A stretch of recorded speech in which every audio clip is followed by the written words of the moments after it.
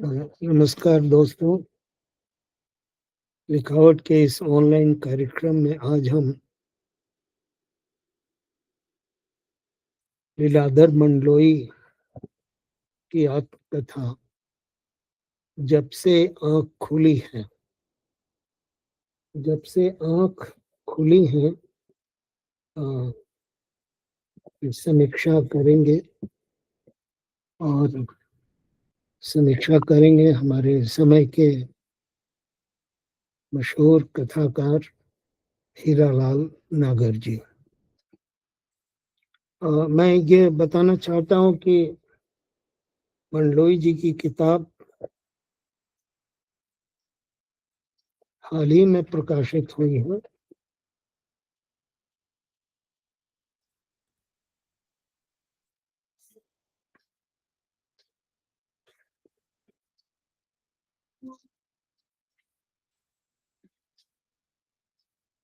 नमस्कार मंडलोई जी। जी मंडलोई जी आए, नमस्कार। नमस्कार नमस्कार। और दिल्ली में है, भोपाल में है? मैं इस समय यात्रा में हूँ और यात्रा से जुड़ा हुआ हूँ। अरे वाह, अरे वाह, बहुत अच्छा। कहना ही क्या है। तो हमने प्रोग्राम या- शुरू कर दिया है 1 मिनट पहले, और मैं लिखावट के दर्शकों के लिए बता रहा था कि लीलाधर मंडलोई जी की आत्मकथा जब से आँख खुली है हाल ही में प्रकाशित हुई है, और आज इस पर हीरालाल नागर जी इस किताब की, इस आत्मकथा की समीक्षा करेंगे। मैं और बता रहा था कि यह किताब राजकमल प्रकाशन से छपकर आई है, और जो किताब मेरे हाथ में है वो पहला संस्करण है, और इसकी चर्चा आते जाते हर जगह सुनाई पड़ती है। तो और मंडलोई जी हमारे लिए कोई अपरिचित या नए नाम नहीं है, सुपरिचित कवि हैं, और इन्होंने एक गद्य का मुकाम भी इस आत्मकथा के जरिए हासिल की है। इस आत्मकथा में आज़ादी के बाद से लेके और 70-75 के साल तक की कथा, जो उनके जन्म से लेके और युवावस्था, किशोर होते हुए उस यात्रा की कथा इसमें है। आत्मकथा परिवार की भी, जल जंगल जमीन, भाई बंधु, रिश्तेदार, अभाव, कैसे एक परिवार अभाव में चलता है, जीता है। तो ये सबकी आत्मकथाएं हैं, अकेले मंडलोई जी की आत्मकथा नहीं है। हीरालाल नागर जी हमारे समय के चर्चित प्रसिद्ध कथाकार हैं, और उनका एक उपन्यास खुली खिड़की हाल ही में आया है। मंडलोई जी और नागर जी दोनों के का परिचय विस्तार से यूट्यूब पर के कमेंट बॉक्स में रहेगा, वहाँ विस्तार से पढ़ा जा सकता है। मंडलोई जी यात्रा में हैं, तो यात्रा की कहीं ऐसी जगह ना पहुंच जाए जहाँ कनेक्टिविटी का प्रॉब्लम हो जाए, तो मैं हीरालाल नागर जी से अनुरोध करूंगा कि अपनी पाठकीय प्रतिक्रिया के रूप में इस आत्मकथा की समीक्षा प्रस्तुत करें। नागर जी। बहुत शुक्रिया मिथिलेश श्रीवास्तव जी। जब से आँख खुली है, जीवन की पहली पाठशाला। लीलाधर मंडलोई की बहुचर्चित किताब जब से आँख खुली है का मुझे भी इंतजार था कई महीनों से। सोशल मीडिया और पत्र पत्रिकाओं में इस किताब की चर्चा थी। जिसने भी लिखा उसने खुले दिल से लिखा। जिन लेखकों ने अपनी आत्मकथाएं लिखी वे साहित्याकाश में बड़ी चमक के साथ अविस्मरणीय नक्षत्र बन गए। जो लेखक इस आकाश नक्षत्र से बहुत दूर निकल गए हैं, मैं उनकी बात नहीं करता। जिन लेखकों तक मेरे हाथ पहुंच सकते हैं, मैं उन्हीं की बात करूंगा। वर्ष 1995 के बाद दलित लेखकों की जीवनियां काफी चर्चित रही। ओम प्रकाश वाल्मीकि की जूठन 1997, शिवराज सिंह बेचैन की मेरा बचपन मेरे कानों पर 2009, सूरजपाल सिंह की आत्मकथा तिरस्कृत 2002 2002 में आई।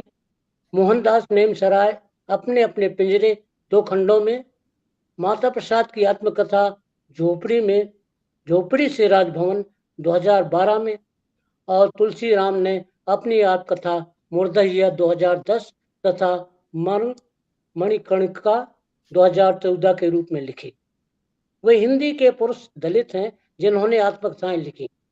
महिला दलित लेखकों में कौशल्या वेशंत्री की किताब दोहरा अवसाप 1999, सुशीला टागभोरे की शिकंजों का दर्द 2011 और रजनी तिलक की आत्मकथा अपनी जमी अपना आसमां। उपरोक्त सभी दलित आत्मकथाओं में गरीबी, शोषण, जातिगत भेदभाव, अशिक्षा और समाज के जुल्मों की दास्तान है। जिन दलित लेखकों ने आत्मकथाएं लिखी उनमें दिवंगत ओम प्रकाश वाल्मीकि और मौजूदा समय में शिवराज सिंह बेचैन और मोहनदास नेमसराय ही अपना लेखन जारी रख सके। महिला दलित लेखकों में सुशीला टागभोरे ही निरंतर लिखने में सक्षम रही।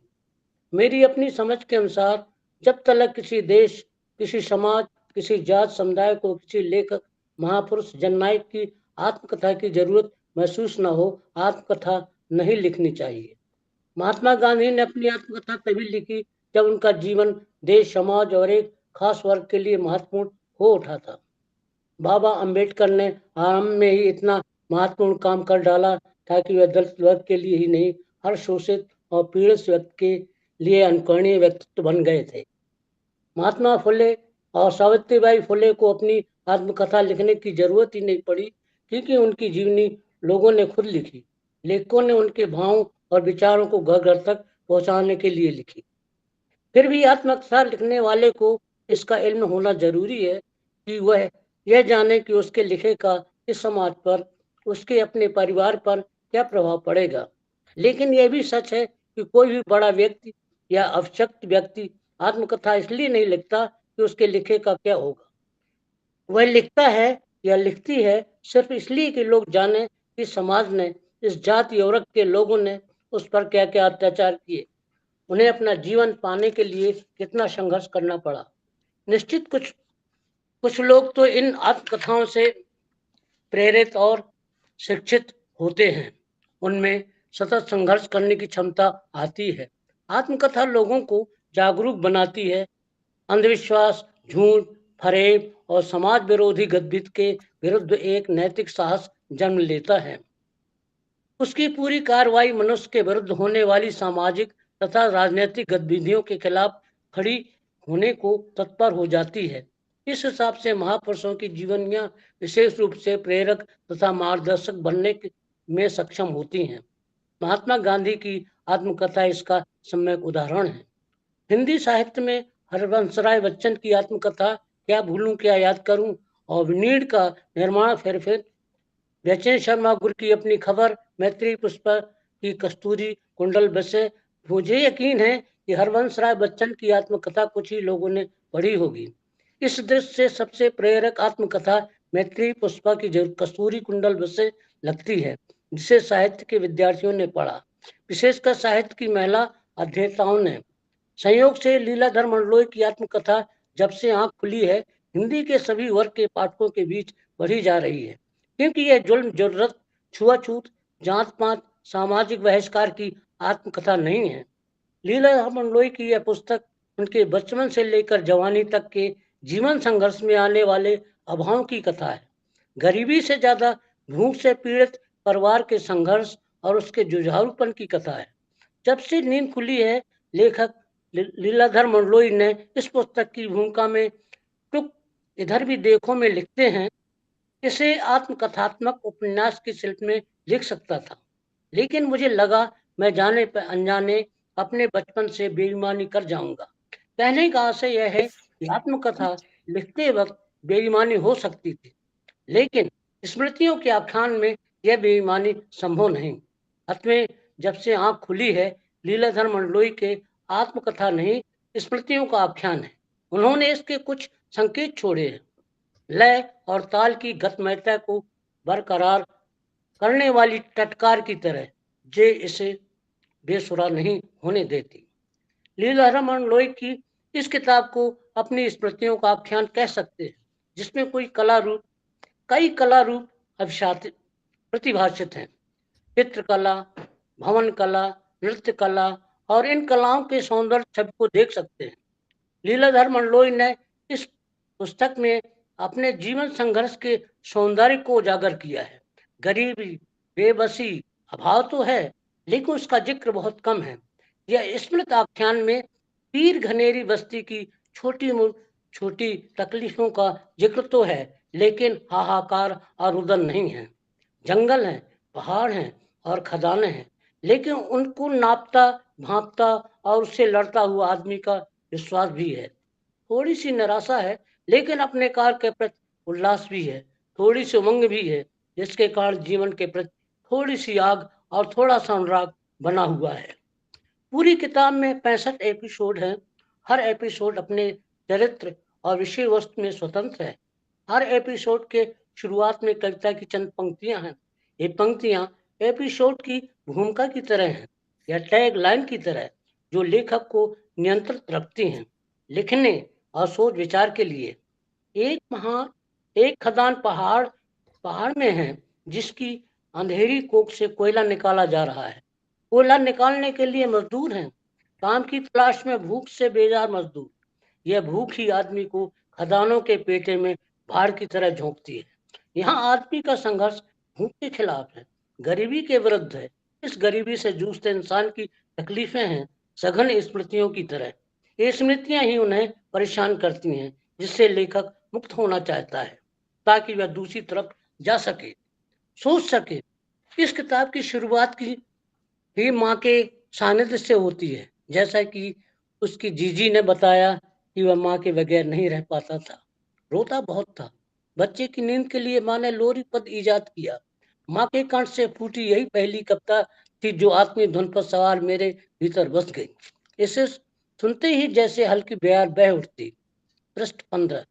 लीलाधर मंडलोई ने अपना यह आत्मवृतांत गद्य में लिखा है, लेकिन यह गद्य भी कविता की तरह है। भाषा के इस मिजाज को एक लय में साधना आसान नहीं लगता। लंबे रियाज के बाद ही यह भाषा अपने उरूज पर आई है। यह लिखावट लीलाधर मंडलोई की अपनी एक पहचान बन गई है। इस एपिसोड से यह पता चल जाता है कि एक ऐसा परिवार जिसे काम चाहिए, जो अपना श्रम बेचना चाहता है, इसी रूप में लेखक के माता पिता की शिनाख्त होती है। पिता बीमार हैं, अस्थमा के मरीज हैं। लोकगीतों में माँ का मन रमता है। घर के पिछवाड़े अमरूद का पेड़ है, जहाँ से चिड़ियों के बोल सुनाई देते हैं। लीलाधर मंडलोई अपने जीवन की कहानी खुद सुनाते हैं, इस कारण ही इसे आत्मकथा कहते हैं। उनकी अपनी इस कहानी में संघर्ष, यातना, अपमान और उपवास है। वह एक लंबी जटिल यात्रा का सरंजाम है, जिसमें उसे लंबी उड़ान लेनी पड़ती है, पहाड़ लांघने पड़ते हैं।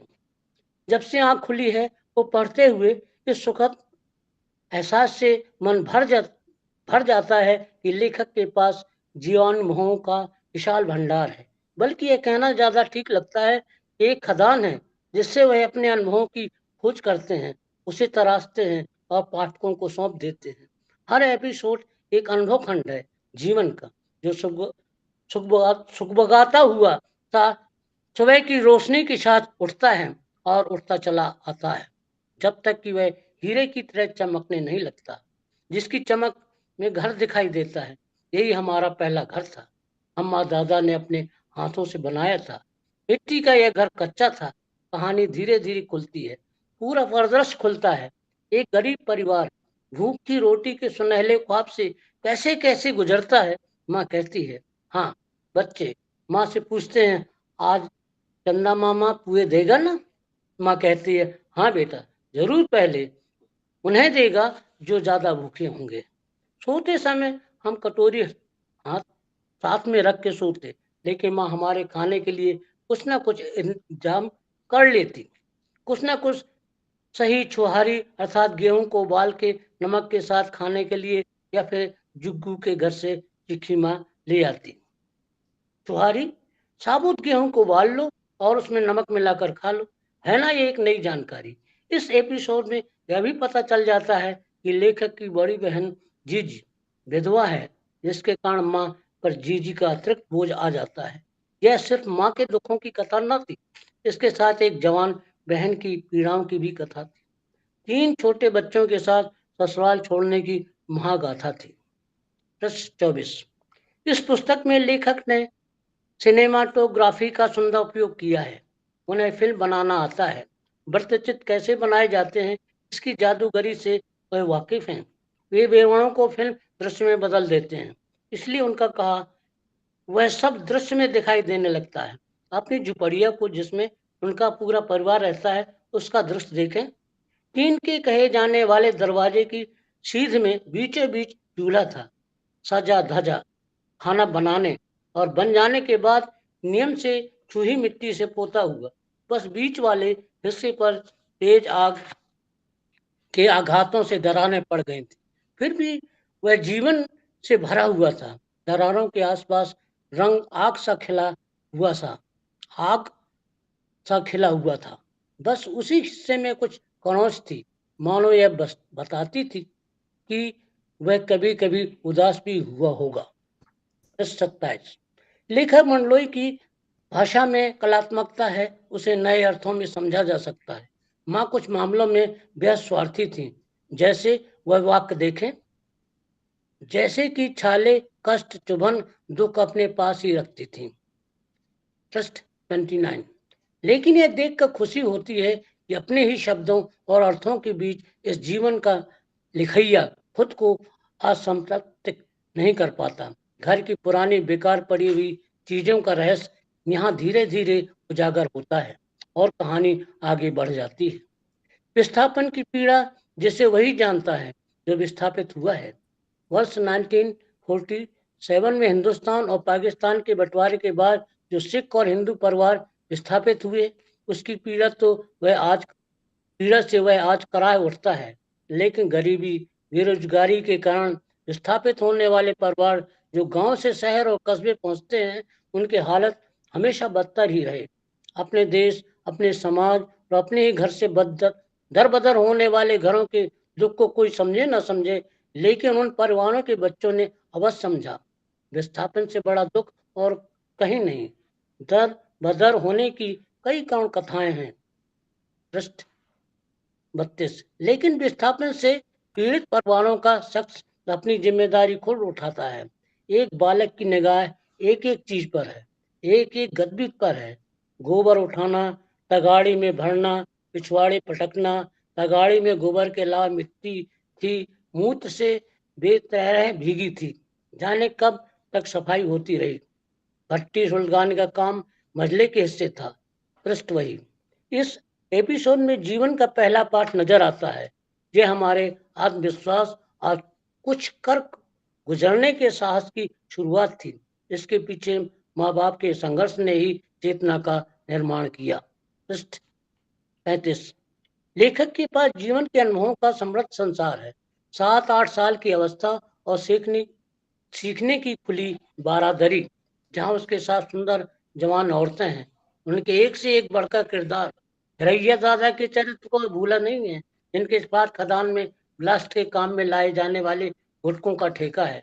जंगल की लकड़ी से गुटके बनवाता है, जिसके लिए कुछ मजदूर काम करती हैं, जिनमें एक लड़की लीला भी है, जिसका ढील डाल और उसकी खूबसूरती बालक को आकर्षित करती है। यहाँ लेखक ने मनुष्य और प्रकृति के साथ अपने रोमान को कुछ अनोखे अंदाज में अभिव्यक्त किया है। औरतों को मेहनत का इस तरह काम करना हमें दुगनी ताकत देने जैसा था, लगता था। जब औरतें सब कर सकती हैं तो हम क्यों नहीं कर सकते। इसी विश्वास में हमें मिट्टी तोड़ने, गुटके बनाने और ढोने में मजदूर कर दिया था। मजदूर के श्रम के सौंदर्य का लेखक ने सुंदर वर्णन किया है। पूरी किताब में शुरू से लेकर अंत तक मजदूरों के पसीने की गंध से लबरेज है यह पूरा गद्य। लेखक को जब भी मौका मिलता है वो अपने पुरखों की याद करता है और उनके रिश्तों को सतपुड़ा के गांव तथा पहाड़ों से जोड़ता है। उन्हें लगता है कि उनके पूर्वज होशंगाबाद जिले के नर्मदा नदी के किनारे आकर विस्थापित होकर बसे थे। वे अपनी जड़ों की तरह बार बार लौटते हैं और अपने पहचान को मुकम्मल करते हैं। लीलाधर मंडलोई जो इस पुस्तक के लेखक हैं, सतपुड़ा के सिवनी जिले की पृष्ठभूमि में लिखी रुडयार्ड किपलिंग की पुस्तक जंगल बुक को याद करते हैं और पुस्तक के नायक होम मोगली के जीवन वृत्त को अपने आसपास महसूस करते हैं। उनके बचपन का शुरुआती हिस्सा यहीं बीता। पेंच नदी हमारे स्कूल के रास्ते में पड़ती थी। इसमें बरसात के दिनों में डूबते डूबते बचा। स्कूल हम पैदल जाया करते थे। नदी उफान पर थी। मैं कूदकर उस तरफ पहुंचने की बजाय नदी में था। संकरी सी जगह थी जहां से दूसरे मित्र का रुख प्रदीप अनिल कूद कर निकल गए। मैं फिसल कर नदी में बहने लगा। दोस्तों ने मौत के जबड़ से खींच लिया। नदी का यह डरावना चेहरा अब भी सपने में पीछा करता है। पृष्ठ 41। लीलाधर मंडलोई हिंदी साहित्य के मुगली हैं, परम विशिष्ट और प्रिय। पेंच नदी के नाम पर टाइगर रिजर्व हैं। यहाँ राष्ट्रीय अभयारण्य है। जंगल के बारे में लेखक ने बहुत जरूरी जानकारी दी है। जैसे पेंच मार्ग सागौन के पेड़ों से आच्छादित है। धखड़ा, बीजा, तीसा, साज, तेंदुए के पेड़ यहाँ बहुतायत है। नदी किनारे पाए जाने वाले पेड़ हैं अर्जुन, जामुन, पाकड़ आदि आदि। यहाँ कुल्लू नाम का ऐसा पेड़ है जिससे गोंद निकलती है। यह गोंद यहाँ के निवासियों के जीविकोपार्जन का साधन है। इस पुस्तक में विगत दिनों की स्मृतियों का सघन जंगल है जिसे भेद कर ही लेखक आगे बढ़ता है। वे सभी स्मृतियां माँ के जीवन से लिपटी हुई हैं। वे लिखते हैं, माँ के लगाए पेड़ पौधे, पुदीना, हरी धनिया, तुलसी, अनार और अमरूद की सुगंध हमारी इंद्रियों की पहली पाठशाला थी। इतना ही नहीं, लेखक इस पाठशाला में वनस्पति विज्ञान का ज्ञानवर्धक परिचय प्रस्तुत करते हैं। भले ही उन्हें सब गरीबी के कारण भी सीखने को मिला, लेकिन है बहुत महत्वपूर्ण। बड़ी चंद्रिका जो मनोविकार के काम आती है, मरौंद फल पेट के रोगों में काम आती है, गुड़भार मधुमेह की दुश्मन, भोरंगी भोरमाला कई रोगों की दवाई है। कुकुर जिह्वा दवाइयों की योग में काम आती है। छुई मुई आयुर्वेदिक योग की वनस्पति है। चिरायता मलेरिया में उपयोगी है। कालीहारी चर्म रोग के लिए है। हरसिंगार दमा और खांसी के लिए।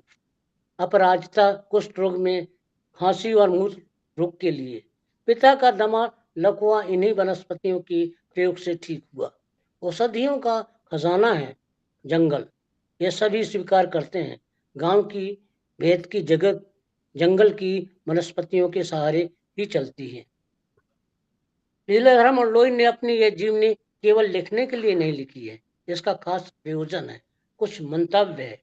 जीव विज्ञान के अतिरिक्त ज्ञान में यह पुस्तक पाठकों की रुचि में वृद्धि करती रहती चलती है। जंगल में कितने प्रकार के मेढक हो सकते हैं, जानकर आश्चर्य हो सकता है। Indian bull frog, cricket frog, पक्षियों का अलग ही संसार है। इसके नामों की फेहरिस्त यहाँ पढ़ सकते हैं। पन कौवा, पिलंचिया, बड़ा बगुला, अंधा बगुला, सुरखाब, चलमुर्गी के अतिरिक्त तोता, नीलकंठ, कबूतर, मैना, हथफोड़वा, बुलबुल, चकदिल और कोटवार। इसके अलावा घरेलू पक्षी भी घर बनाकर रहते हैं इसी जंगल में। चील, बाज, राजहंस, तीतर, मोर, गौरैया, चिट्ठा, किलकिला, कोयला आदि। अनेक ध्वनियां जो सतपुड़ा में नदी, हवा, पेड़ पौधों, बादलों से जड़ती है, वे मन को विरल उल्लास से भर देती हैं। सतपुड़ा के पशुओं में बाघ, तेंदुआ, भेड़िया, जंगल सुअर, सुअर, रीछ, सियार आदि इनकी आवाजों में हम वैसे कांप जाते। झोपड़ी में रहने के कारण हम सुरक्षित न थे। कई खूंखार जानवर खेतों में चक्कर लगाते और गांव में घुस जाते। हम घरों में इनकी आवाजों से डर जाते। कहीं प्रिय जानवर भी थे, चीतल, सांभर, नीलगाय, लोमड़ी, चिंकारा, खरगोश, बंदर, लंगूर और गिलहरी। जंगली जीवों की इतनी अद्भुत जानकारी आप पहली बार यहाँ से पा सकते हैं। कोयला खदानों में काम करते हुए भी शिक्षा के लिए पाठशाला पहुंच जाना बड़ी बात थी। लीलाधर मंडलोई की बेसिक शिक्षा पेड़ों के नीचे शुरू हुई। अन्हारिया और डेहरिया इनके माँ साहब थे।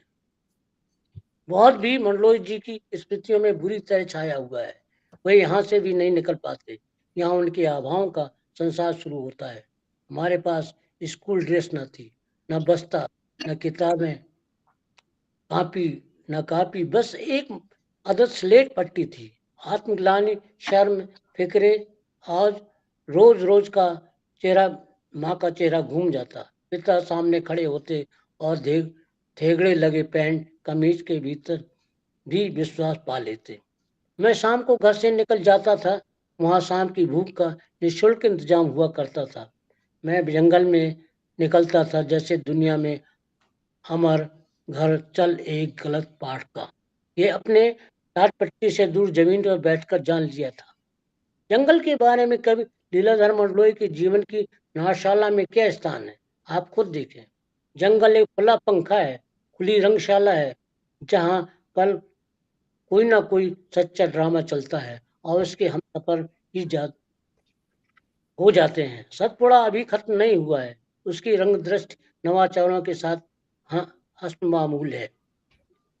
बचपन की उत्सुकता के ने लीलाधर मंडलोई को बौद्धिक रचनाकार बना दिया है।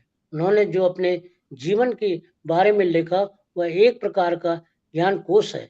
साहित्य, समाज, लोक, उन्नत समाज, भूगोल, वनस्पति शास्त्र और जीव विज्ञान सब कुछ समाहित है उनके इस जीवनी में। एपिसोड 10 में वे लोमड़ी के बारे में लिख रहे हैं। कान्हे के जंगल को देखते हुए अन्य जीवों के प्रति उनकी टिप्पणी गौरतलब है।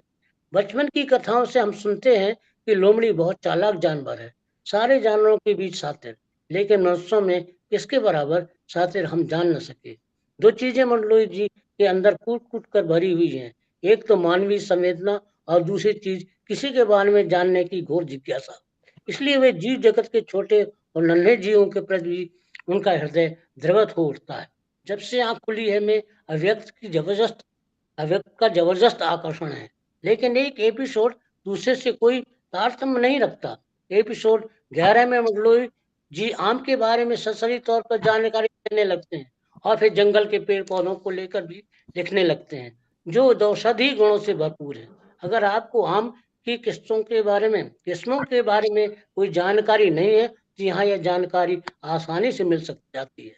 लंगड़ा, कलमी, बीजू, आलदहा, मालदहा, बम्बैया, अल्फांजो, सफेदा, चौसा, रामभोग और तोतापरी, आज सभी आमों का स्वाद बेशक आपने ना लिया हो, लेकिन नाम लेने से कोई वंचित नहीं कर सकता। लेकिन जामुन, महुआ, अमरूद और बेल, आंवला, गूलर, इमली, कटहल, जेठू, नीम, बरगद आदि पेड़ों को लेकर यहाँ अच्छी जानकारी है। बेर के महत्व और उनकी दो पहरे की जानकारी अत्यंत उपयोगी है। सीताफल, जिसे दूसरे शब्दों में शरीफा भी कहा जाता है, उसकी भी यहाँ जानकारी है। इमली को लेकर उनकी जानकारी अत्यंत हृदयग्राही है। इमली की याद सबसे तीव्र है। बाकी फलों के स्वाद की याद बिसर जाती है, पर इमली की नहीं। इमली के साथ हम कुछ और याद करते हैं, वह सच में भिन्न आस्वाद में मीठी लगती है। 38 अगला एपिसोड बरगद को लेकर है। विशाल बरगद की एक पूरी संस्कृति है। सामाजिक संस्कृति के हिसाब से बरगद अत्यंत हितैषी पेड़ है। इसके आकार को लेकर पूरा एक मिथक है, जिसकी संरक्षण में हाल, तोते, कोयल, पपीहे, पंडूक आदि सैकड़ों की संख्या में पक्षी रहते हैं। बरगद, गूलर, जामुन, सिंघाड़े, अमरूद, नीम, बबूल आदि वृक्षों तथा फलों पर इस एपिसोड में विस्तृत जानकारी है।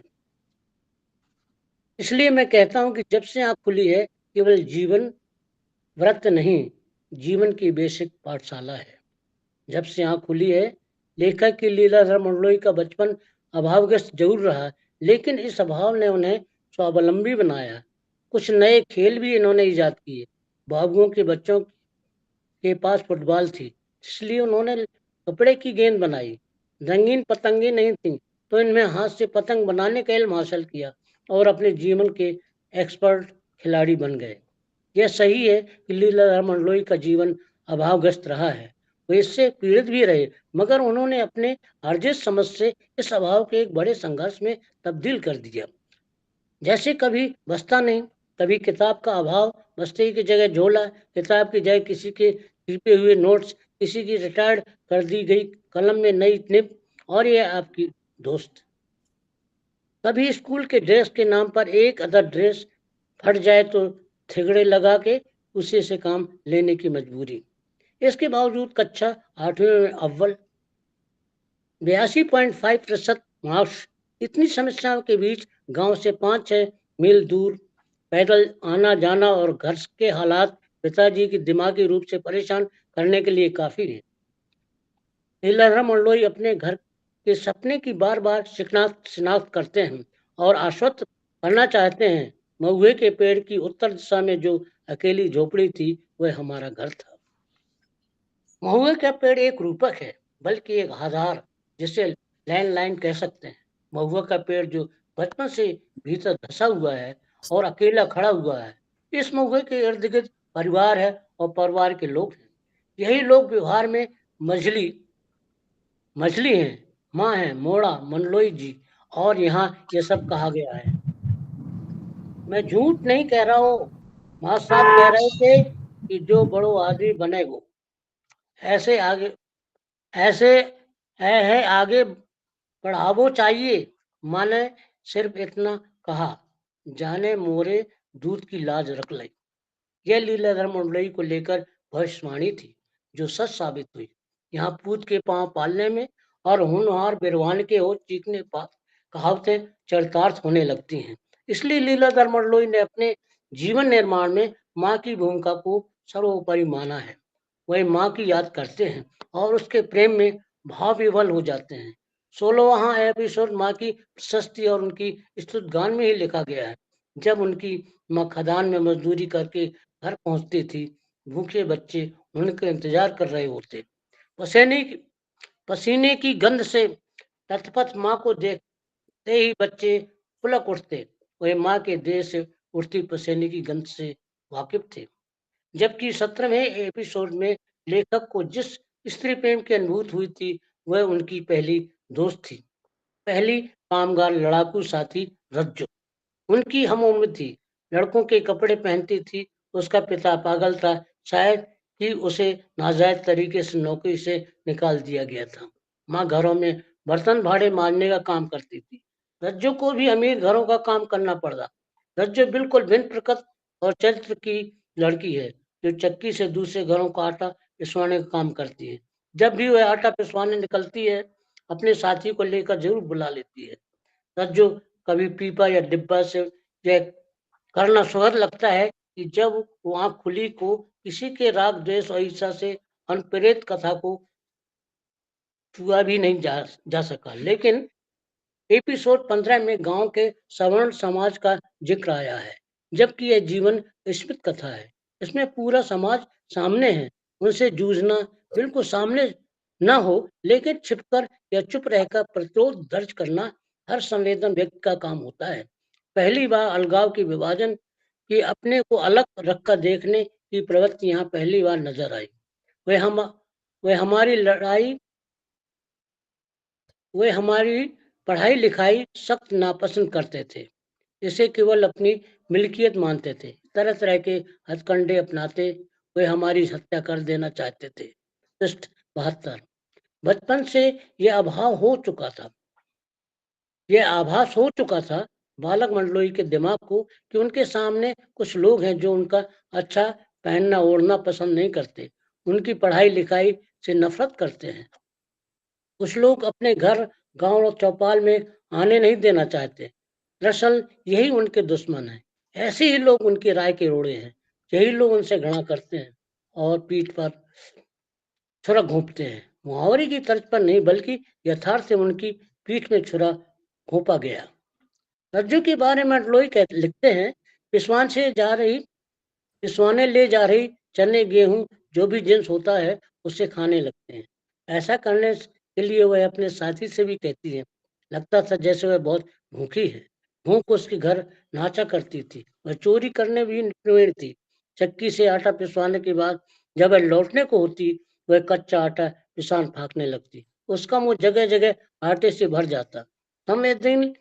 संवेदनशील लेखक इस एपिसोड के अंत में लिखता है, रज्जू के कारण मैंने ताजा पिसान की गर्माहट और मोहक गंध को जाना। पृष्ठ 77। रज्जू की गंध के बारे में लेखक नहीं बताता। वैसे लेखक ज्यों ज्यों ज्यों आगे बढ़ता जाता है, उसकी चेतना के रंध्र खुलते चले जाते हैं। उसे जीवन में रस दिखाई देने लगता है। जब उसने उसे अधोवस्थों में नहाते देखा तो सुंदर गुन्नों से भरी बाहें, फोड़ी और नाक और पिडलियों पर गुदने देखकर वह रोमांचित होने लगता है और उसके अंदर अखवाने लगता है। एक आवारगी सी तारी होने लगती है। कक्का की पीठ पीछे चोरी से कुछ एक फूलों को गटकना झूमना हमने बहुत बचपन में जान लिया था। शायद यह 14-15 साल की उम्र ही होगी जब उनके अंदर स्थिर देह और महुए की शराब से नशा छाया। दोस्तों की संगत के बिना बचपन कभी संवर नहीं पाता। लीलाधर मंडलोई के बचपन के सभी साथी थे। फारूक, गुप्पी, जुग्गू, अनित, प्रदीप, प्रकाश और प्रसादी। फारूक के यहाँ उसे पहली बार मसालेदार गोश्त का स्वाद चखा। फारूक के बारे में लेखक की टिप्पणी है कि वह एक कुशाग्र बुद्धि का लड़का था, जिसके सानिध्य में पढ़ाई लिखाई का वातावरण बना, लेकिन वह एक दिन पूरे परिदृश्य से गायब हो गया। लेखक ने बचपन के इन दोस्तों पर 4-6 पंक्तियां जरूर लिखी हैं। मिर्जा हसन बेग मटन खाने का शौकीन था।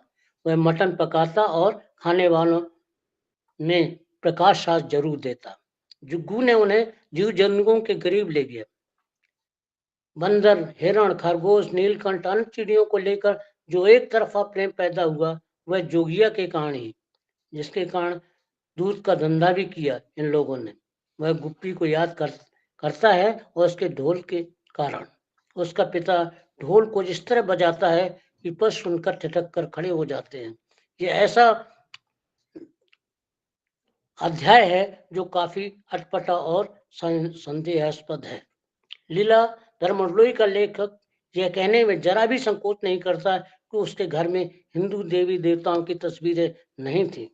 इसी जगह उनके घर समाज में दूल्हा देव, कंबाली माता, हिरिया माता, मरही माता, पंडा दादा और बाहरी माता थे। लेखक ने आदिवासी जीवन में इनकी उपस्थिति को भगवान की तरह नहीं, मैं आस्तिक नहीं हूँ, लेकिन देवी देवताओं के बीच गहरी रुचि और सम्मान की भावना की तरह है।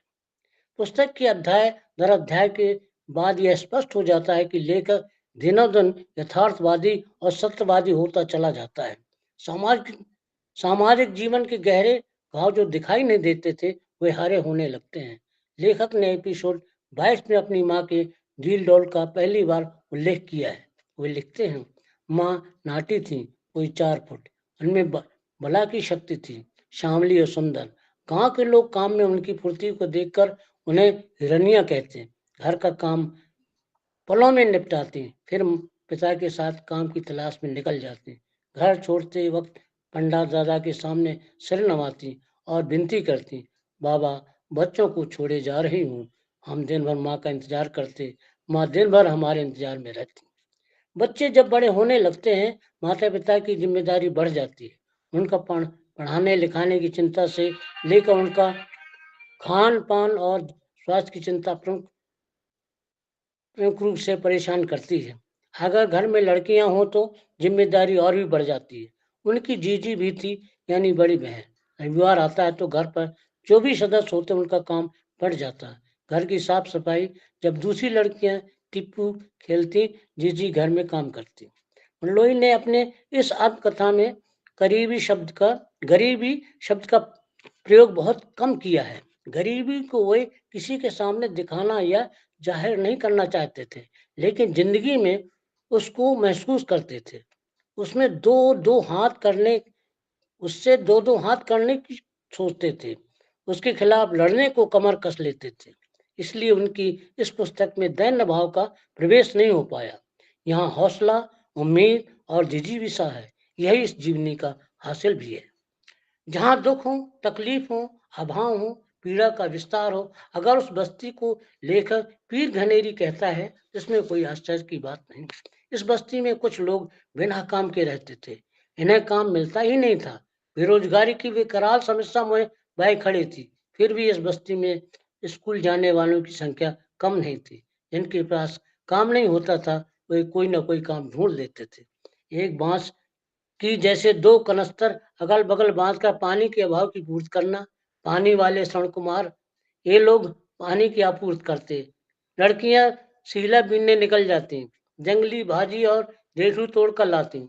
बच्चे आम जामुन महुआ चिरौंजी के एकत्र करने को निकल जाते। हर तरफ खाने पीने की चीजों का जुटान होता।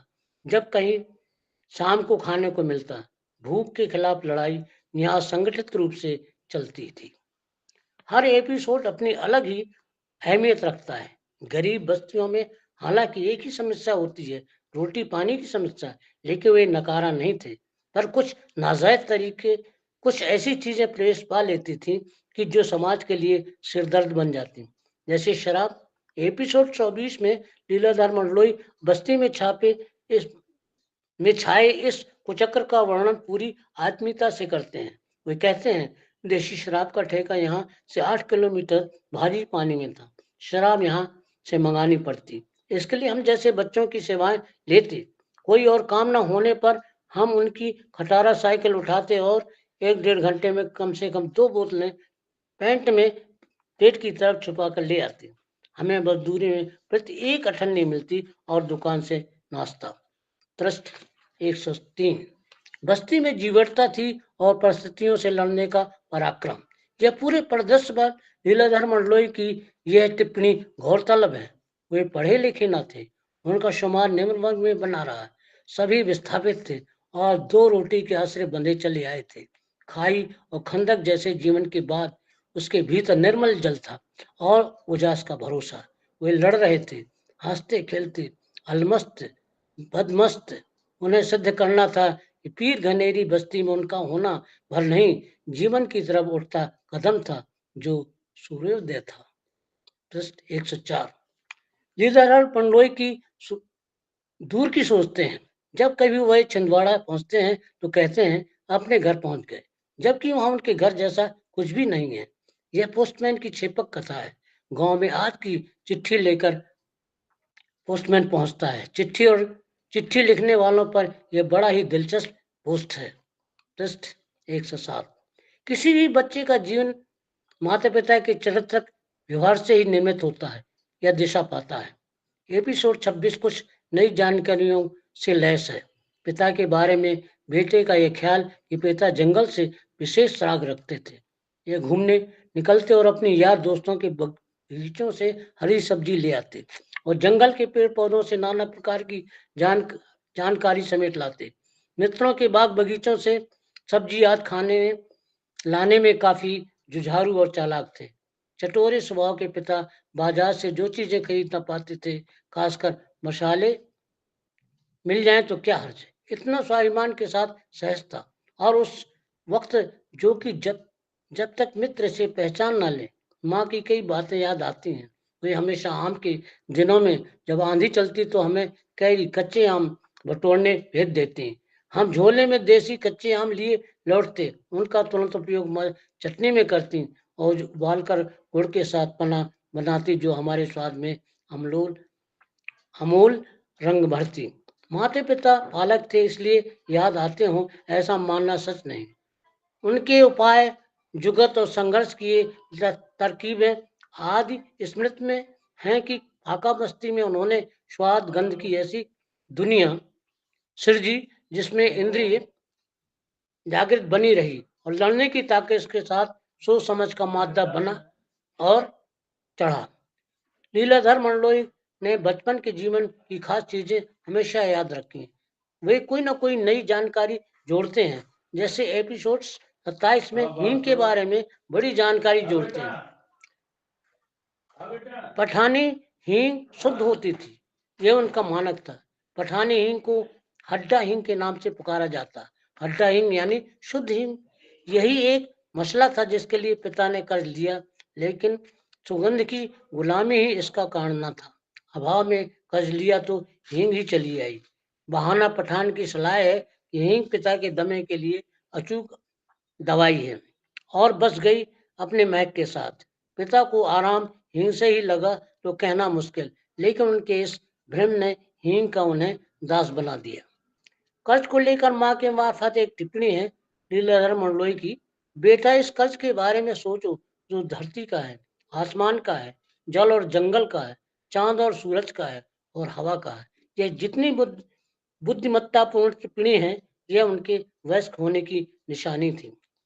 तुलसी को लेकर मंडलोई ने कुछ ठोस जानकारियां पेश की हैं कि लोग इसकी जानकारी से ही धन होने लगते हैं। बेटा, इसकी गंध सूंघो, यह भीनी और मधुर है। इसकी पत्तियां पुदीना परिवार से संबंध रखती है। तुलसी की पैदावार की जरूरत के बारे में यह बड़ी और ठोस जानकारी है। खांसी और दमा ठीक होते हैं। कान और दर्द का इलाज होता है। कब्ज और बवासीर में भी इसकी बनी दवा भी बड़े काम की है। इसके पत्ते, फूल, जड़ सब काम के हैं। पृष्ठ 1 से 12। गंधी कथा, गांव की कथा भी इस आत्मकथा में शामिल है। गांव के पंडित जी के स्वास्थ्य की चर्चा में लीलाधर मंडलोई ने लहसुन के उपयोग की महत्वपूर्ण जानकारी दी है। खाली पेट और मेथी के नाश्ते में लेना विचित्र है, लेकिन राज इसी में है। बादाम, लहसुन, मेथी, अनार, केसर की महमों को कुछ कुछ जानते हैं। जिसका दिल मजबूत हो कोई भी लड़ाई जीत लेता है। लो अनारदाना खाओ और आज सोचने पर सही सीख लगती है, पर हम बाजार में हैं और इन अमोल शिक्षाओं से वंचित। अब हमारे लिए जीरा, तेज पत्ता, दालचीनी, लौंग, जावित्री, जायफल, सरसों, हल्दी आदि बाजार से प्राप्त उपभोक्ता वस्तुएं हैं। लोकगीतों में बचा है जीवन। एक गीत पंक्ति को लेकर लीलाधर मंडलोई एक बड़ा खेल खेलने लगते हैं। ऊपर बदर घुमड़ाए री, गोरी धना पानी को निकरी। यह कुआं पूजन के वक्त का लोकगीत जो बुंदेलखंड समेत कई हिंदी प्रदेशों में गाया जाता है। जब बच्चे के जन्म के 14-15 दिन बाद स्त्रियां घर से बाहर निकल कुआं से पानी भरने का एक सजीव दृश्य उपस्थित करती हैं। इस बात से इनकार नहीं किया जा सकता कि एक स्त्री बच्चे के जन्म देने के बाद वह 10-15 दिनों से घर के पूरे परिदृश्य से गायब रहती है। इसलिए घोषित रूप से यह घर के काम करने की तैयारी में वह सबके कुआं पूजने को निकलती है, ताकि यह सिद्ध कर सके कि वह घर का काम काज करने में पूरी तरह सक्षम है। गांव में ही यह संस्कृति बची हुई है। शहर इस परंपरा से पूरी तरह वाकिफ नहीं है। गांव की छाया मंडराती हुई यहाँ तक पहुंच भी जाती है। अगर कोयला खदानों के बारे में आप जानने को उत्सुक हैं तो इस पुस्तक में इसकी पर्याप्त जानकारी है। सतपुड़ा के जंगलों में कौन कौन से आदिवासी इलाके हैं, यहाँ जनजातियां निवास करती हैं। एपिसोड नंबर 30 में इस विषय की जानकारी है। भारिया, कोरकू, गोंड आदिवासी इस इलाके में रहते हैं और खेती बाड़ी और प्रकृति प्रदत्त संसाधनों को अपनाकर जीवन यापन करते हैं। छिंदवाड़ा जिले के जिन इलाकों को कोयला क्षेत्र घोषित कर रखा है वे हैं रावणबाड़ा, परासिया, राखीकौल, नंदन, चांदमेटा, मड़कुई, भाजीपानी, जारा छापर, एकलहरा, मोहन कोयलरी, जमकुंडा, नजरपुर, सुकरी, नुगरिया आदि। यहाँ पर छत्तीसगढ़, उत्तर प्रदेश, बिहार, महाराष्ट्र, कर्नाटक और आंध्र प्रदेश के मजदूर और कामगार काम करते हैं। दक्षिण भारत में कुछ पढ़े लिखे लोगों ने यहाँ आकर मजदूरों में वर्ग विभाजन हुआ है। काम के हिसाब से उन्हें पद दिए जाते हैं। लोडर, बंसमैन, कैरियर, लाइटमैन, खुदैया और जनरल मजदूर आदि कम वेतन भोगी मजदूर बनाए जाते हैं। यहाँ पर विस्थापित लोगों की भलाई के लिए उन्नतशील विचारों की जरूरत थी, मगर ऐसा न हो सका। यहाँ शिक्षा की न पर्याप्त व्यवस्था हुई, न रहन सहन की ओर देखा गया। यहाँ पर चित्रकला महताब की चर्चा है। इसके सहारे मंडलोई जी रंगों की पहचान करते हैं। इन रंगों की पक्षियों को मिले रंगों से शनाख्त करते हैं। कैसे कैसे रंग और कैसे कैसे पक्षी, हजारों रंग वाला पक्षी असंख्य रंगों की पहचान में शामिल हो जाता है। अद्भुत है प्रकृति का यह पाठ, यहाँ आप आसानी से समझ सकते हैं। जब से आंख खुली है, मंडलोई जी ने जीवन के विविध रंग देखे हैं। कोयले के गाढ़े काले रंग ने अपने भीतर के समस्त रंगों की आभा से दीप्त किया। फिर एक एक रंग इनकी आंखों में बसते चले गए। पहले पक्षियों के कोमल पंखों के हरे पीले लाल सुनहले और गंधवी रंग चेतना में छाते रहे। फिर स्कूल की किताबों में बादामी गहरा स्लेटी रंग, गेहुआ काला सफेद हल्का पीला कुटकी रंग, छैना सफेद, दाल रंग, बाजरा रंग, कत्थई धारियां सफेद युक्त लाल और पीली नारंगी वाला रंग। एपिसोड 31 धरती में पाए जाने वाले रंगों की जानकारी से भरा है। रंगों के बारे में दिलचस्पी रखने वाले चित्रकार को भी 90 से ऊपर रंगों के नाम याद न होंगे, पर मंडलोई जी आज भी रंगों के साथ खेलते हैं। दोस्ती के साथ इन रंगों को पाने पर आज एक सुखद आश्चर्य बना हुआ है। रंगों के इस ज्ञान में परिवार के बड़ों ने अपनी तरह से मदद की है। कोई भी आत्मकथा हो या जीवनी जब लेखक लिखता है तो उसका यथार्थ आने से कोई नहीं रोक सकता। लेकिन कभी सत्य का चेहरा इतना खुरदरा और कांटों भरा होता है कि उसके साथ कोई बहुत दूर तक नहीं जा सकता। लीलाधर मंडलोई ने अपनी इस आत्मकथा में हजारों रंगों के साथ अपना जीवन व्यतीत करने का उल्लेख किया है। कभी कभी उनकी कविता की 2-4 पंक्तियां ही पूरा मंतव्य पेश कर देती हैं। इस कहने को कुछ बाकी नहीं रह जाता। जैसे कि ये पंक्तियां, मैं संगतकार हूँ, मूल गायक तो सतपुड़ा है, मैंने उसके सौंदर्य की संगत में सीखा जो था, उससे मैं कला अनुरागी हुआ। पृष्ठ 126। माँ की याद आती है और उसी के साथ पुस्तक का नया अध्याय शुरू हो जाता है। माँ से जुड़ी हर बात, हर रात और जीवन का हर क्षण गहरे आघात की तरह है जो भूलता ही नहीं। यहाँ शहद को लेकर दुरुस्त जानकारी है। सतपुड़ा है तो जंगल भी है जहाँ असंख्य रास्ते हैं और उसकी भूल भुलैयां हैं।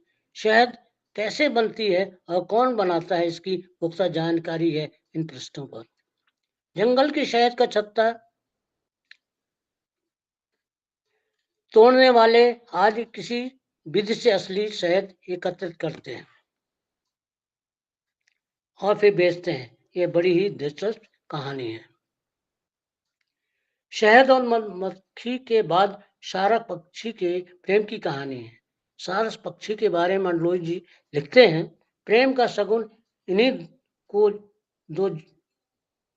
इन्हीं जोड़े को देखकर विचार में आता है। वह दिशा शुभ होती है जहां जोड़ा दिखाई दे। इसकी पुकार को अच्छा शगुन माना जाता है। कहानी में लोग अपने आप को भाग्यशाली मानते हैं जब कोई जोड़ा एक साथ बोल उठे। 128 पृष्ठ। मैं उनके साथ रहने का स्वप्न पालता हूँ। मैं उन साथ सरल प्रेमी होने की कल्पना करता हूँ। मैं पुनर्जन्म में विश्वास नहीं करता कि सारस का एक जीवन जीने की कामना। मनुष्य जीवन में संदेह और धोखों के बीच इतना निश्चल निष्कलुष प्रेम कहाँ। वह तो इतना निर्मम है कि जंगल में उन्हें देखने नहीं, शिकार करने आता है। मैं गोली की आवाज सुनता और काम जाया करता था। इस किताब में लीलाधर मंडलोई का गद्य पूरे उरूज पर है। अध्याय 33 पढ़कर देखें कि गद्य को जैसे हजारों तितलियों के कोमल पंखों और उसके भीने भीने रंगों से लिखा गया है। इसका पहला ही पढ़ें, इसमें आगे न जाएं और इन पंक्तियों में गद्य का उत्सव ढूंढ कर लाएं, बल्कि यह पूरा अध्याय गद्य का, छंद का, रंगीन दृश्यों का, संगीत की स्वर लहरियों के बीच रचा गया है। यहाँ आते आते लीलाधर मंडलोई का जीवन संवर सा गया है। हरी घास पर क्षण भर का मुहावरा यहाँ आकर सत्य प्रतीत होता है और ऊबते हृदय के दोनों छोर प्रेम की तरंगों से आप्लावित हो रहा है। कवियों का गद्य अनोखा और अपूर्व होता है। उस श्रेणी में लीलाधर मंडलोई का यह गद्य अत्यंत प्रभावी और भूचेतन हो गया है। अध्याय 34 में आकर ऐसा लगने लगता है कुछ भी करें आप, कोयला की खदानें आपका साथ छोड़ने वाली नहीं। खदानें ऐसा वृक्ष है जो कभी सूखता नहीं, वह हरा भरा बना ही रहता है। खदान गहरी और गहरी होती रहती है। अगर खदान से हजारों टन कोयला निकाल लिया जाता है तो इतना ही कोयला उसकी गहराई से निकलने को चुनौती देता प्रतीत होता है। इसे खदान संस्कृत का पहला अध्याय कह सकते हैं। खदान में 3 पालियों में काम होता था, सुबह 6 बजे से 2 बजे, 2 बजे से रात 10 बजे तक, और आखिरी पाली रात 10 बजे से सुबह 6 बजे तक। पिता को रात पाली पसंद थी और माँ को दोपहर की पाली। दोनों को इस तरह घर के कामकाज के अलावा आराम का समय मिल जाता और हम लोगों की देखभाल का। पृष्ठ 133।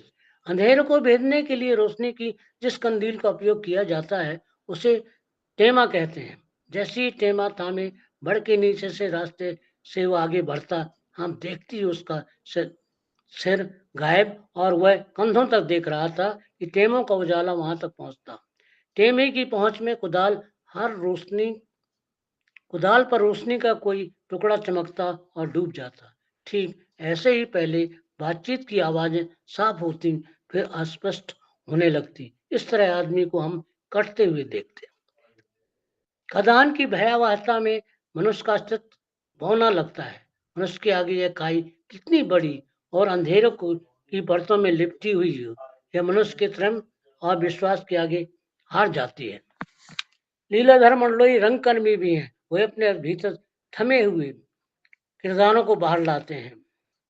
एक स्त्री जो बचपन में उसे लाड़ प्यार करती है, मंडलोई जी उसको याद करते हैं। यादों का खजाना है। यहाँ नाना प्रकार के चरित्र हैं, उन्हें ढूंढना नहीं पड़ता। स्त्री के सानिध्य सुख से बालक का मन भरा हुआ है। उसकी अपनी कोई संतान नहीं हुई, लेकिन गोद में उठाने की उसकी इच्छा खत्म नहीं हुई और कभी किसी भाव दशा में अंक में भरना कई सालों तक जारी रहा। इस अनोखी गर्मी का एहसास अब तक जागा हुआ है। शायद इसलिए मुझे सांवली और स्वस्थ स्त्रियां भली लगती हैं। पृष्ठ 136। वे अपने अंतरंग साथियों को याद करते हैं। अनिल और प्रदीप डेनियल के संग साथ का रण वे अपने ऊपर नहीं रहने देते, वे उसे उतार कर ही दम लेते हैं। पेड़ पर चढ़ना भी एक क्रिया है जिसे हासिल करना सबकी वश की बात नहीं है। जिसे अवसर मिलता है वही इसे हासिल कर पाता है। प्रसादी और गुप्पी को पेड़ पर चढ़ने में महारत हासिल है। वे एक बंदर की तरह चढ़ते और मजे से उस पर बैठे रहते। आम, जामुन और अमरूद के पेड़ों पर लिखना कितना आसान और कितना कठिन है, इसे आम नागरिक जानते हैं। लेकिन चोरी छुपे आम अमरूद तोड़कर लाना सबसे ज्यादा काबिलियत की बात होती है। पेड़ पर चढ़ने में जिन बच्चों को हुनर अच्छे से आता था, उनमें कुछ बच्चों को याद करना दिलचस्प है। लेकिन तुतरू बजाने वाले गणपत का चित्र भी कम अनोखा नहीं। गौण नृत्यों की तीव्र धुनों पर सब नाचते। वह ठुमक ठुमक कर तुतरू बजाता। वह अपने ऊपर होने वाले निछावर को लूटने के लिए भीड़ में कूद पड़ता, तब सब उसे संभालते। मंडलोई ने बड़ा महादेव के दर्शनार्थ पैदल यात्रा का बड़ा ही रोचक वर्णन किया है। वे लिखते हैं, इस अकेली यात्रा में मैंने महादेव को तो नहीं, प्रकृति को जाना। तरह तरह की वनस्पतियां, उनके अनेक रंग, पत्तियों का संगीत, पक्षियों को मधुर बोलियां, जानवरों की डरावनी आवाजें। मैंने अपने भय को जाना और साहस को। अगला एपिसोड भी खदानों को लेकर ही है। यहाँ उन गांव और बस्तियों की शिनाख्त की गई है जो कोयला खदानों के लिए पहचानी जाती हैं। नजरपुर, मोहन, जमकुंडा, मोहन कालरी, बढ़िया वाली आदि खदानें आसपास थी और उनकी मजदूर बस्तियां। लेकिन बस्तियों में ना तो दवाखाना है, न खेल कूद तथा मनोरंजन के साधन। नाम मात्र सरकारी बसें और कुछ एक प्राइवेट मोटरें। यहाँ मजदूर रहते थे, उनके लिए मुफ्त में 2 बोरी कोयला दिया जाता था और घासलेट डिबरी जलाने के लिए मिल जाता था। कोयला की सिगड़ियाँ सबके पास होती थी खाना बनाने के लिए। इन सिगड़ियों में गर्म पानी होता था, वो खाना पकता। सिगड़ियों ने धीरे धीरे चूल्हे को रसोई से हटाना शुरू कर दिया था। चूल्हे को लेकर लीलाधर मंडलोई की पंक्तियां दिष्टब है। चूल्हा सिर्फ रसोई पकाने का साधन नहीं था, इसमें पुरखों की विरासत थी और संस्कार। इसमें पका खाना स्वाद में बेजोड़ होता था। धीमी आंच में मटलोई में पकी दाल हो या गर्म गर्म उतरती फुलके, कल्ले पे से उतरती ज्वार या मक्के की मीठी रोटियां, वह स्वाद सिगड़ी से उतरती रसोई में संभव नहीं था। यहाँ माँ फिर याद आती है, बल्कि बार बार याद आती है, इसलिए रसोई का स्वाद बढ़ जाता है। माँ की मेहनत देखती ही बनती है, मगर कोल्हू का बैल बनना कतई स्वीकार नहीं था। घर के सारे काम सुबह 4 बजे से 1:30 बजे के अंदर निपटा दिए जाते। इसमें ताजे गोबर की लिपाई से लेकर बर्तन मांजना, सिगड़ी भरना, खाना बनाना और कुएं से पानी लाना आज शामिल था। लीलाधर मंडलोई घर बाहर और बाहर से लेकर अंदर तक की जिंदगी को अभावों की पाठशाला कहते हैं। यह पाठशाला केवल मंडलोई जी के लिए नहीं थी, हम में से अधिकांश लोगों के लिए, घर परिवार के लिए अनुभव की बेसिक पाठशाला है। माता पिता भाई बहन सभी के साथ लड़ाई का एक ही मुद्दा था, भूख। जैसे भूख के विरुद्ध लड़ने के लिए खड़ा ही रहता हर कोई। कई और सब परिवार थे जो हमारी तरह लड़ते हुए, हमने रज्जो बद्दू मंगल और प्रसादी जैसे परिवार। अगले अध्याय में लेखक ने माँ को फिर याद किया है, इतवार के स्वादिष्ट भोजन के लिए और घर परिवार के अतिरिक्त खुशियों को की साथ समार के लिए। माँ अपने बेटों के भोजन के लिए कैसे कैसे जतन करती है, उसके सामने माता अपने आप झुक जाता है। इतवार का दिन मजदूरों की जेब में पैसे होते, मटन मछली मुर्गा या अंडा जिसकी आर्थिक जैसी होती वैसा खाना पकता। उस रोज पूरी भजिए कढ़ी विशेष रूप से बनते। जिस घर में चूल्हे घर कढ़ाई बड़े चढ़े, उस दिन उसे संपन्न माना जाता। जो जिसके यहाँ बनता, एक दूसरे अगर थाली कटोरे भेजा जाता। इस रिवाज के 2 पहलू थे। पहला यह है कि 2 घरों में मधुर संबंध थे, एक से अधिक स्वाद का आकर्षण भी। दूसरा यह है कि जिन घरों में हालात ठीक ना होते, वहां इस वजह से भी भेजा जाता। गांव के जीवन में तमाम फल सब्जियों के बीच बेर और भट्टे का विशेष महत्व है। भट्टे का भरता किसे पसंद नहीं। कभी कभी भट्टे की भुंजिया बेसन भी बन जाता। माँ के साथ से बना भुंजिया बेसन इतना स्वादिष्ट कोई और कभी ना बना पाया। भट्टा भुजिया बनाने की विधि यहाँ बताई गई है। सूखे बेर के लब्धो तैयार किया जाता। स्कूल की ऊंची कक्षा में आते आते लब्धो कई दूसरे अर्थों में बदल गई। मसलन भरी पूरी बदन वाली लड़की को हम लब्धो कहकर पुकारते। आज भी पुराने दोस्तों की याद में यह शब्द है। हम राह चलते हुए किसी स्वस्थ या सुंदर स्त्री को एकाएक लब्धो कहकर पुकार उठते। लीलाधर मंडलोई ने इस पुस्तक में अभावग्रस्त जिंदगी को गरीबी की संज्ञा से बहुत कम अभिव्यक्त किया है। जीवन के अभाव को अमर गहराई से जानने समझने की कोई जो कोशिश होती है तो मंडलोई जी से भूख के नाम से अभिहित करते हैं। मजदूर है तो स्वाभाविक है कि वहाँ गरीबी होगी, लेकिन लीलाधर मंडलोई इसे गरीबी नहीं कहते, भूख कहते हैं। भूख के खिलाफ पूरी जंग छिड़ी होती है। इस अभावग्रस्त घरों में उनके लिए मजदूर तरह तरह के उपाय किए जाते हैं, कभी बेर तो कभी महुआ। भूख को खत्म करने का उपयोग में लाया जाता है। महुए के खून में तैयार किए जाते हैं। ये केवल माँ की ही जानती है। ये पहले महुआ कूटती, फिर उसमें आटा मिलाती और फिर उनकी रोटियां बेलकर तैयार की जाती। रोटियां काट काट कर खुरमे बना लिए जाते। यह भी माँ की तरकीब। महुए की खुरमों की यह सुगंध झोपड़ी को घेर लेती। मीठी सुगंध हमें निकल कर खाने को उत्सुकता पैदा करती, लेकिन एक अघोषित अनुशासन था। 41वां एपिसोड फिल्म अभिनेत्री सुरैया पर है। हमारे बचपन में जाने कैसे सुरैया का होना पिता को सुख देता था और माँ को दुख और कुढ़न। पिता की यह माया कभी समझ न आई। हाँ, सुरैया में जरूर कुछ ऐसा था जो तस्वीर को देखने की तरह ले जाता था बार बार। यहाँ पर मंडलोई की कविता की दृष्टि देती है। यह तस्वीर में जीती जागती सबसे खूबसूरत बला थी। माँ उसे देख उठती थी, उसे हटाने का मन लिए हटा ना सके। पिता के लिए उसका होना वैसा हो जाना असंभव, ना ही तस्वीर का घर में सच हो जाना। सो एक रोज माँ ने उसे शीशे में मढ़वा दिया और हंस पड़ी। पृष्ठ 155। किताब में अपने कोयला खदानों वाले इलाकों के साथ बुंदेलखंड का भी जिक्र आया है। इससे यह पता चलता है मंडलोई जी माता पिता या किसी निजी व्यक्ति का बुंदेलखंड से गहरा नाता रहा है। इस स्थिति में ईश्वरू के साथ कवि लीलाधर मंडलोई की नातेदारी बन ही जाती है। अभाव में जब पिता मौन में आते तो कबीर के भजन गाते थे, कभी कभी चिकारा के साथ। चिकारा सारंगी नुमा एक वाद्य यंत्र होता है जिससे केवल गाने वाला ही अपने कबीर के पद गाते समय बजाता है। बुंदेलखंडी शब्द है गिवड़े।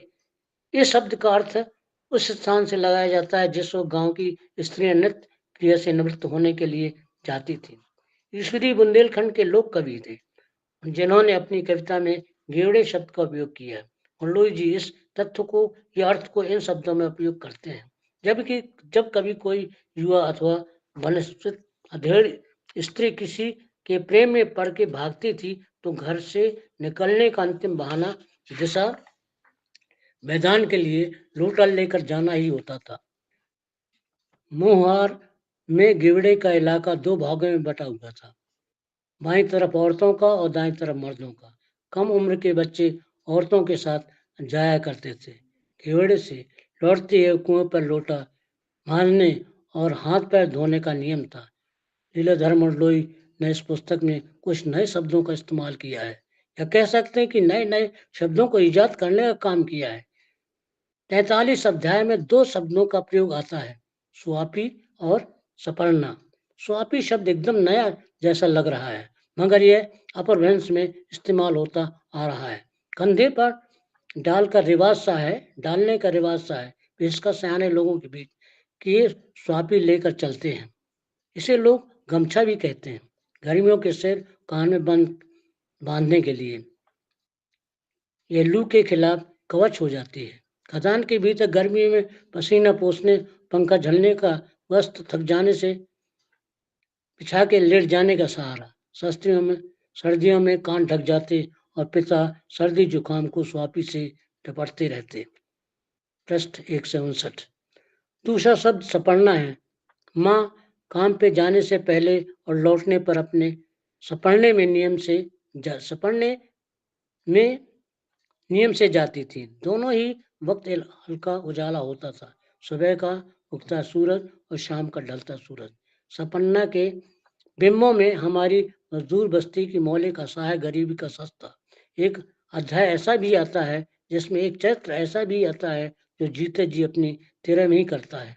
मरने के बाद जो शोकग्रस्त घर के लोग 13वें दिन 13वीं करता है, लेकिन जब कोई जिंदा आदमी अकारण ही पूरे गांव के लोगों को भोज देने का ऐलान कर देते तो वह आश्चर्य का विषय है। ऐसे थे लीलाधर मंडलोई के मौसिया साहब। उनका कद 5 फीट, गेहुआ रंग, खिचड़ी मूछें तो बाद में सफेद हो गई। मूछें घनी थी। वे धोती कुर्ता पहनते थे और सिर पर टोपी। समाज, जीवन और घर परिवार को एक सूत्र पिरोने के लिए इन सामाजिक रिश्तों का कुछ महत्व अवश्य होता है। मौसिया के सभी को भोज देने का तर्क यह है कि उनके बारे में सोचने के लिए आज कोई नजर नहीं आ रहा। यह एक विरल चरित्र है। एक शख्स भरना था, यह इतना गरीब था, असहाय, उसका मरना इतना नामुमकिन बना कि उसे आखिरी सांस तक भाड़ जोहनी पड़ी। इस आशय में धन्नालाल जैसे चरित्र पर लिखना एक चुनौती का काम है। मंडलोई जी अपने लोगों के बीच एक चर्चित व्यक्तित्व हैं। वह खुद ऐसे चरित्र खड़ा करते हैं जिस कहानी को गौरव प्रदान करते हैं। लीलाधर मंडलोई की यह आत्मकथा कहते हैं जिसे जब से आँख खुली है, विविध रंगों की किताब है। इसमें जीवन है, अपना जीवन संघर्ष है, मनुष्य है, मनुष्य का प्रेम है, मनुष्य की संस्कृति है, उसका जीवन अध्याय है। इसी शब्दों के साथ मैं आप लोगों से विदा लेता हूँ। धन्यवाद नागर जी। आपने लीलाधर मंडलोई की किताब आत्मकथा जब से आंख खुली है का विस्तार से आपने चर्चा की, और एक तरह से पाठकों के लिए आपने एक धारावाहिक की तरह 1 2 3 4 5 जो अध्याय हैं, अध्यायों में बटी हुई जो आत्मकथा है, वो आपने अध्याय गत एक विवरण भी पेश किया और विश्लेषण भी पेश किया, और आपने मंडलोई जी की भाषा के बारे में भी बात की। और मंडलोई जी ने सचमुच इस आत्मकथा में एक गद्य की भाषा इजाद की है। जी बिल्कुल। गद्य की नींव में पद्यात्मकता है, लय है, और उस चीज को उन्होंने शुरू से आखिर तक मेंटेन किया। बिल्कुल बिल्कुल। मंडलोई जी का जन्म 1953 में हुआ, और इस आत्मकथा में तब तक की कहानी है जब वे भोपाल के एक कॉलेज में दाखिला लेते हैं और वहाँ 2 या 3 वर्ष के कोर्स को पूरा करते हैं, और पूरा करने के बाद अब फिर नौकरी की जद्दोजहद में उतर जाते हैं। तो ये आत्मकथा वहाँ खत्म हो जाती है। तो जी हमने हीरालाल नागर जी के इस विस्तारित समीक्षा में हमने ये बात देखी कि एक अभावग्रस्तता के बीच मंडलोई जी की ग्रूमिंग होती है, और उस अभावग्रस्त परिवारों में अभावग्रस्त भी और कामगार भी और बेकार भी, बेरोजगार भी, ऐसे परिवारों में के बीच शिक्षा को लेके बहुत उत्सुकता है, और शायद वो शिक्षा में ही अपने सपनों को पूरा होते हुए देख रहे थे, या उस अभावग्रस्तता की से मुक्ति का रास्ता उन्होंने शिक्षा में देखा। और तभी सारे किरदार लगभग मंडलोई जी को प्रोत्साहित करते हैं कि पढ़ो पढ़ो पढ़ो। जी। और मंडलोई जी मैट्रिक की परीक्षा अच्छे अंकों से पास करते हैं, और फिर वो भोपाल के एक कॉलेज में उनका दाखिला होता है। तो यहाँ जाके एक कहें कि अध्यायों में बटी हुई आत्मकथा का एक अध्याय खत्म होता है। अब 1975 के बाद मंडलोई जी आगे के खंड लिखेंगे तो और हम जानेंगे कि उसके बाद उनके जीवन के संघर्ष, वहाँ की सामाजिक और आर्थिक स्थितियों में क्या बदलाव आया, वो भी हम देखेंगे। देखिए, वो 1953 से 1975 का जो समय था वो आजादी के बाद का समय था, जी और उस समय में आजादी का मतलब क्या है इस पर तो मंडलोई जी कोई बात नहीं करते हैं, क्योंकि आजादी के मतलब को समझना शायद बहुत ही कठिन रहा होगा। जब भूख से आजादी नहीं है तो देश की आजादी की समझ कैसे आएगी। लेकिन 75 के बाद वो समझ उनके अगले आत्मकथा के अगले खंड में हमें जरूर दिखेगा।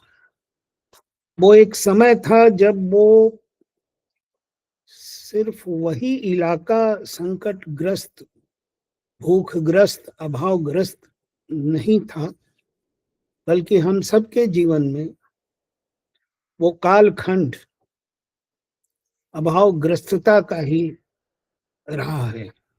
तो इस आत्मकथा में हम अपनी भी आत्मकथा देख सकते हैं। जी और जो उनकी आत्मकथा के साथ साथ जो माँ की आत्मकथा चलती है हाँ हाँ वो भी अद्भुत है।